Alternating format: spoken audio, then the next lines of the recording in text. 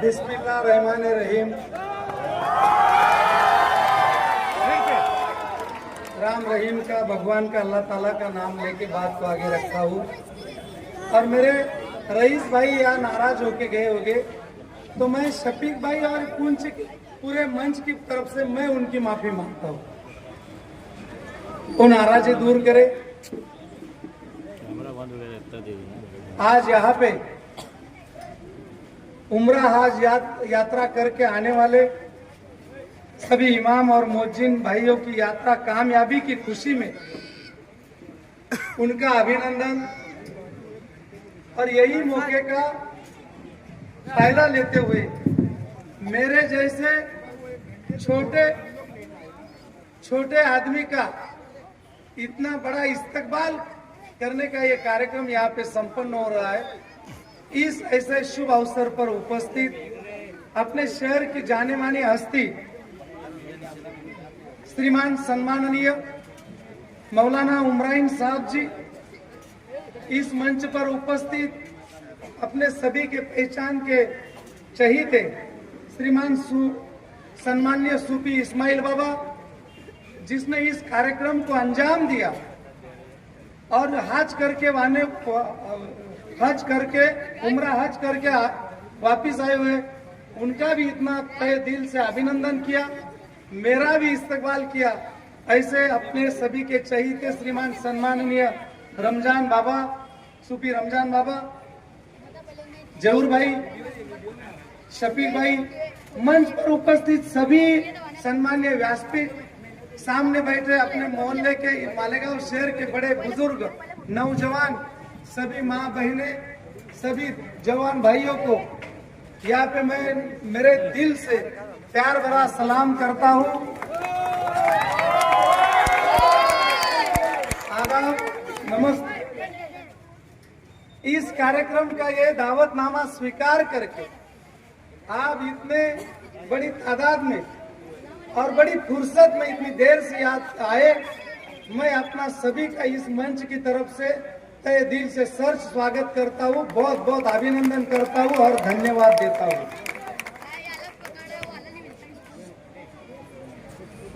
बहुत सारी बातों का यहाँ पे जिक्र हुआ।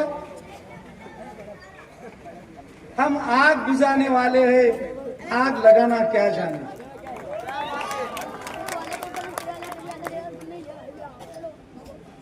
पहली बात तो वक्त की पाबंदी रखते हुए मैं एक ही बात बोलूंगा कि मालिक कभी को जल्दी से नवाजता नहीं।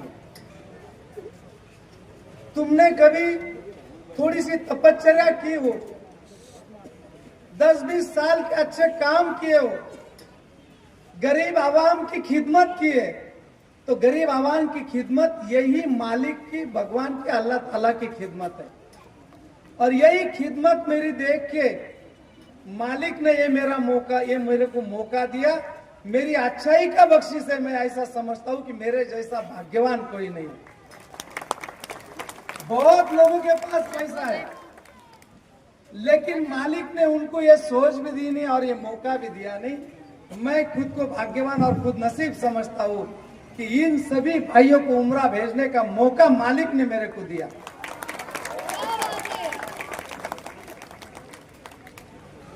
मैंने तब भी एक बात बोली थी,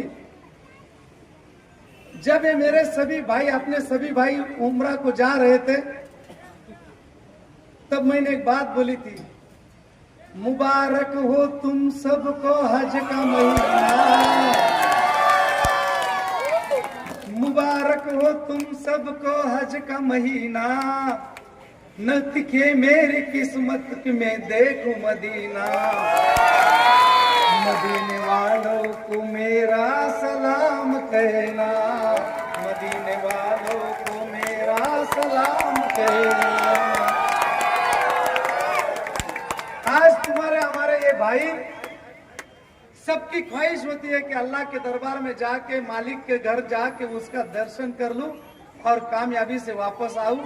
ये अपने सभी भाई मालिक का दर्शन भी करके आए घर जाके और कामयाबी से वापस भी आए, और मेरे लिए और अपनी मालेगांव के आवाम के लिए सुख शांति बनाए रखे, ऐसी दुआ भी मांग के आए। ये अपने लिए और सभी के लिए बहुत बड़ी खुशी की, अभिमान की बात। दूसरी खुशी की बात, जिस दिन से इस कार्यक्रम को अंजाम देना चालू किया, वो परमिशन लेने से, कोरन अंदाजी की शुरुआत से और आज के इस्तकबाल के कार्यक्रम में जो मालेगांव की जाने मानी हस्ती, all India law board, personal law board के सेक्रेटरी सम्माननीय आदरणीय मौलाना उमराइन साहब की उपस्थिति में हुआ, शुरुआत भी उनकी उपस्थिति में और सांता भी उनकी उपस्थिति में, ये सबसे बड़ी मेरे लिए दूसरी खुशी की बात है।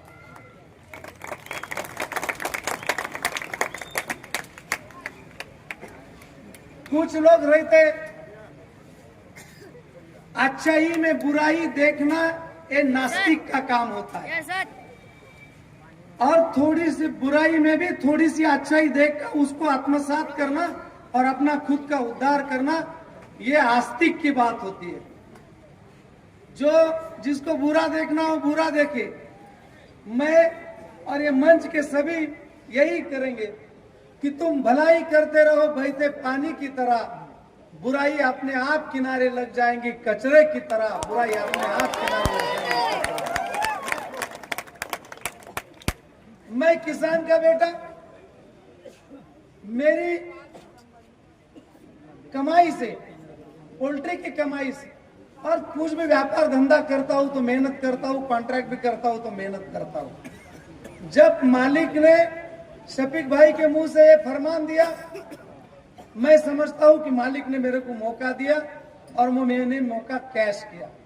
मेरी दादी थी, वो बचपन में कहती थी कि बेटा पैसे कमाने के मौके बहुत मिलेंगे, लेकिन पुण्य और दुआ कमाने के मौके बहुत थोड़े गिन के मिलते हैं।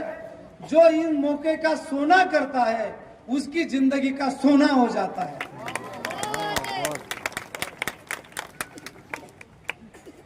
पहले 100 साल के बाद, पहले मान मुड़िया का साल आया था, 100 साल के बाद ये कोरोना का साल आया।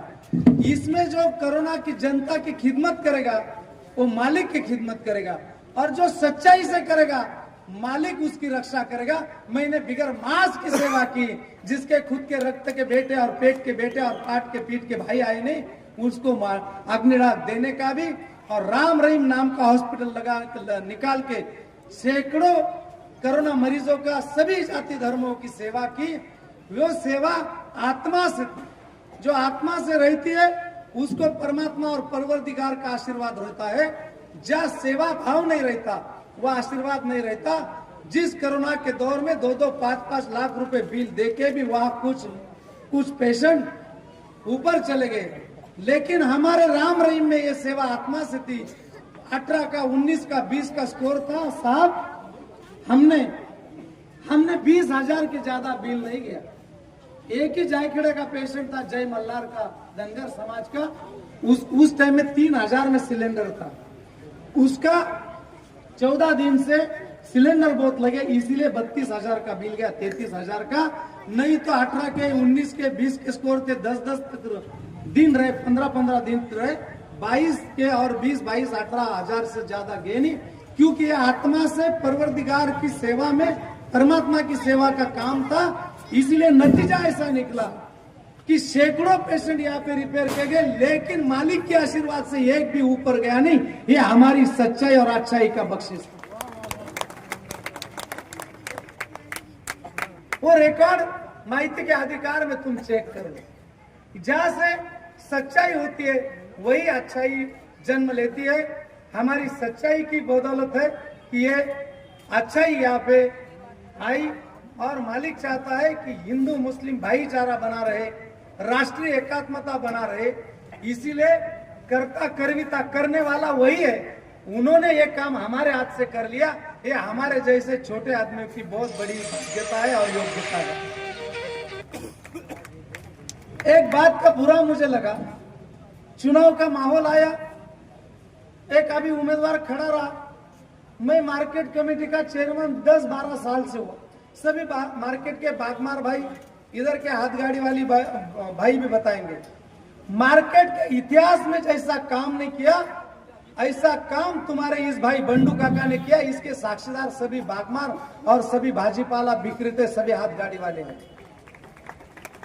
30-40 साल में जब आज तक बहुत चेयरमैन रहे हो आप, इनकी सत्ता रही, इनकी घराने की। कभी इन्होंने राष्ट्रीय एकात्मता का और भाईचारा का सोचा नहीं। 2009 में मैं पहली बार आया, 8 में और 9 में मैंने उस दिन से हिंदू मुस्लिम एकता का और राष्ट्रीय एकात्मता का काम चालू किया।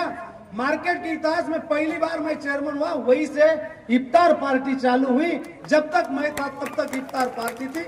मेरा कार्यकाल जाने के बाद इफ्तार पार्टी बंद हो गई, लेकिन मेरे दिल में थी, मैंने बंद नहीं की। आप भी उसके साक्षीदार है। उसके बाद में छोटे पैमाने में मैं भी चालू रखी। जब 2-3 साल पहले हमारे सभी दोस्तों ने और मेरी आमदनी भी अच्छी हुई, तब मैंने राष्ट्रीय एकात्मता चौक में कैसी इफ्तार पार्टी दी, उसके साक्षीदार आप भी हो सकते। तो नेकी और पाकी के रास्ते पे चलते रहो। जो नेकी और पाकी के रास्ते पे चलता रहेगा उसका सम्मान होगा। और यही बात, ये एक अच्छाई में बुराई देखना और बुराई जानबूझ के कहना, उसको नास्तिक कहते हैं। एक ये चुनाव का माहौल चालू हुआ, ये अभी बीजेपी से मैं लेके उबाटा में आए और सौंदाने में कार्यक्रम था। मुझे जो प्यार मिल रहा है वो प्यार देख के वो बोला कि मार्केट के कमेटी में चेयरमैन थे, इसीलिए उन्होंने उस मार्केट के पैसे से भ्रष्टाचार करके इन लोगों को भेजा। बोले अरे भ्रष्टाचारी तो तू है। गरीब के बच्चों का जो पोषण आहार होता है वो बेच के तू छपड़ा गया, तेरे पे केस हुई। गरीब की किसानों की बैंक में तूने भ्रष्टाचार किया, उस पे तुमको केस हुई और 9 महीने जेल में गया। दूरबीन लगा के देख लो बंडू काका की तरफ, और उसके 30 साल के काम में एक भी जातिवादी और भ्रष्टाचारी काम होगा तो मैं यहाँ आना बंद कर दूंगा। और मैं 2-3 कार्यक्रम करके यहाँ आया। मेरे को 6-7 साल पहले हमारी 50 एकड़ जमीन है साहब, अनार के काम है। 5-5 एकड़ में जो अनार के व्यापारी, उनको मालूम है कि जब रेट रहता है तो 6-6, 7-7 एकड़ में, 10-10 एकड़ में कोटी के बाग होते हैं। मेरी तरफ तो 50 एकड़ बाग है और मेरे वो बाग मेरे सभी भाइयों के और तुम्हारी भाभी के नाम पे है। मैं घर का बड़ा होने के नाते, कारोबारी होने के नाते, वो सभी माल मेरे नाम पे जाता था। तो एक साल बहुत अच्छे से दाम मिले, 2-2.5 कोटी का बाग हुआ और मेरे को इनकम टैक्स नोटिस आ गई। वो नोटिस भी मैंने संभाल के रखी है। कहने का तात्पर्य है कि ये जो भाई गए हैं वो किसान की मेहनत से गए हैं, ये कहना मेरे को है। और राम को और रहीम को साक्ष्य मानकर कहता हूँ, अगली बार आऊंगा। मैं बाहर से आया था, मैंने आज यहाँ आने के लिए वो नोटिस इनकम टैक्स की आई है वो भी निकाल के रखी है।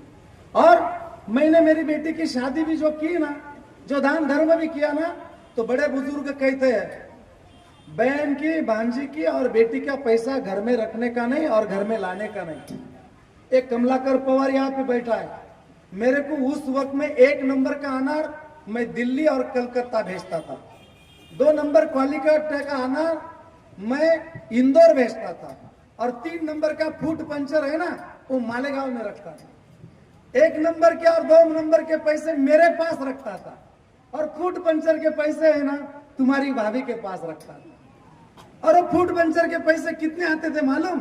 बाल बच्चे की कसम खा के कहता हूँ, 17 तो 18 लाख रुपए के पैसे आते थे। 50 एकड़ यानी से 100 बीघे का गार्डन है मेरा परिवार का। और वो 17-18 लाख रुपए पहली बार मैंने, ये सब खर्चा हो गया बाद में, तो मैंने उनकी तरफ से ले लिए। दूसरे साल में मेरे को 16 लाख रुपए का फूट पंचर हुआ उसको, वो उसके पास।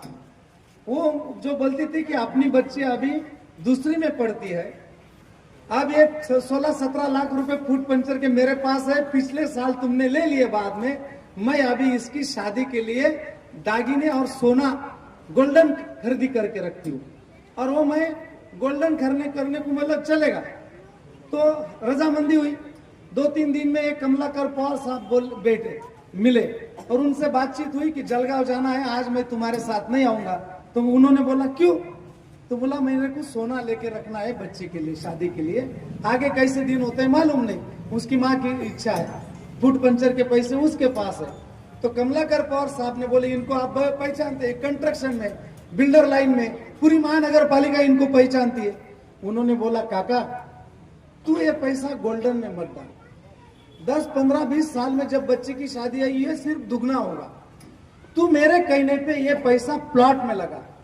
एक बड़े फ्रेंड का प्लॉट आया है जो वही हीरे मांगते थे, बराबर है, उनके दामाद के लिए।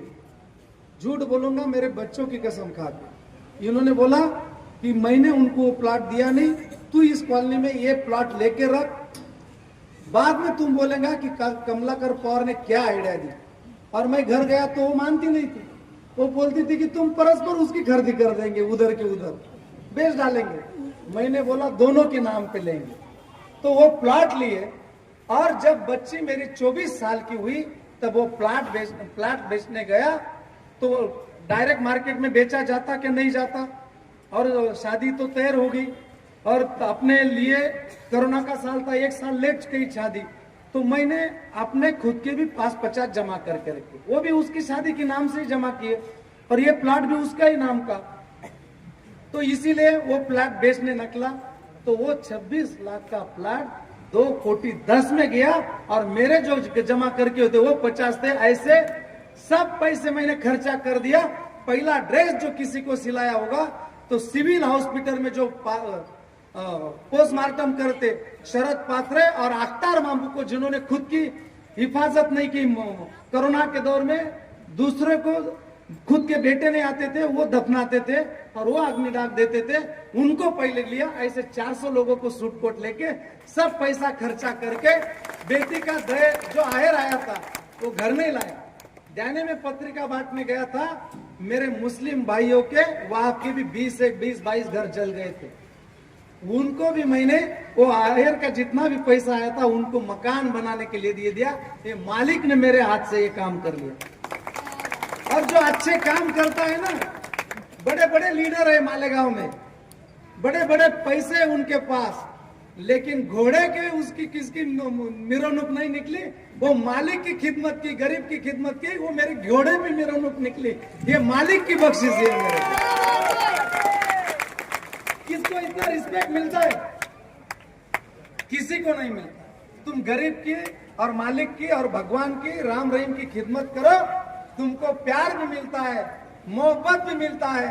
और जब मैंने ये 21 भाइयों को भेजा, मैं इतना भाग्यवान हूं, जो भी उम्रा को जाता है वो खुद के लिए मांगता है, और उसके लिए एक ही बंदा जो जाता है वही मांगता है पूरे उसके परिवार के लिए। अरे मैं इतना भाग्यवान हूं, मालेगांव में एक ही वक्त में मालिक के घर में 21 लोगों ने बंडू काका के और परिवार के लिए दुआ मांगी है।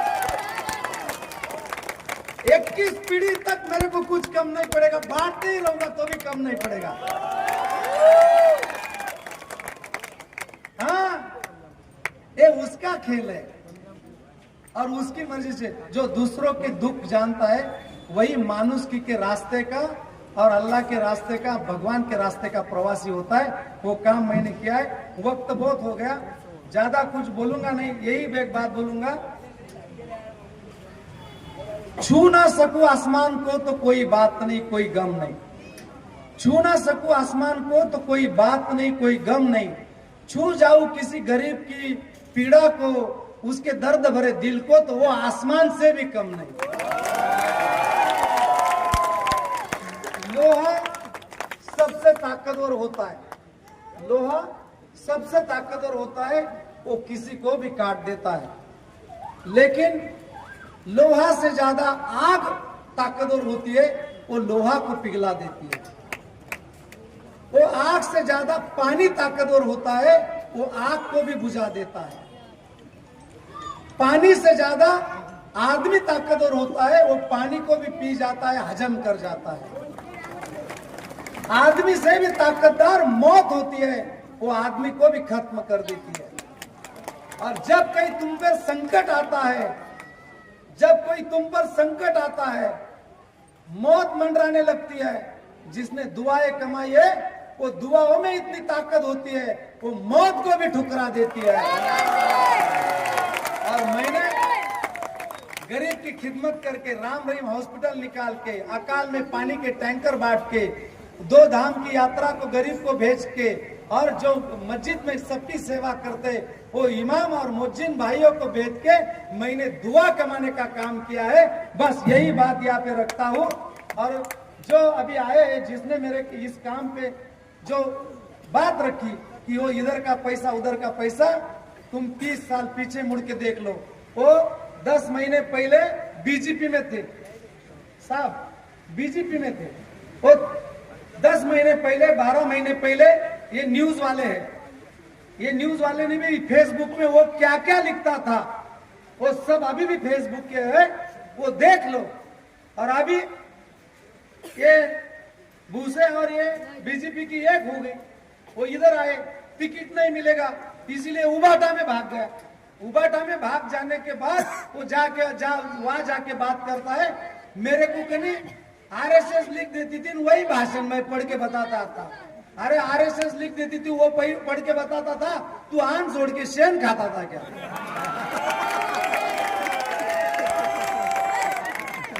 मैं मेरी सेक्युलर का पुरावा एक देता हूँ और बात को खत्म करता हूँ। जब शिवसेना की चलती थी, मनोहर जोशी जब मुख्यमंत्री थे, तब भी मेरे को तालुका प्रमुख और जिला प्रमुख करते थे। लेकिन शिवसेना तब बड़ी जातिवादी थी, वो कहती जिसके घर में नहीं पीठ वो मानते विद्यापीठ। मैं तब गया नहीं, तब भी मैंने जानता राजा होके और 12 बलूतेदार को साथ में लेके ही काम किया। आज भी वही काम करता हूँ। ये तुमको सोचना है और मैं वक्त की पाबंदी रखते हुए यही रुकता हूँ। आप सभी को मालिक भगवान राम रहीम बहुत आशीर्वाद दे, आपको भी कामयाब बनाए, आपके घर में सुख शांति बनी रहे, आपके भी सब ख्वाब पूरे हो, यही प्रार्थना करता हूँ, दुआ मांगता हूँ और मेरी बात को खत्म करता हूँ। धन्यवाद।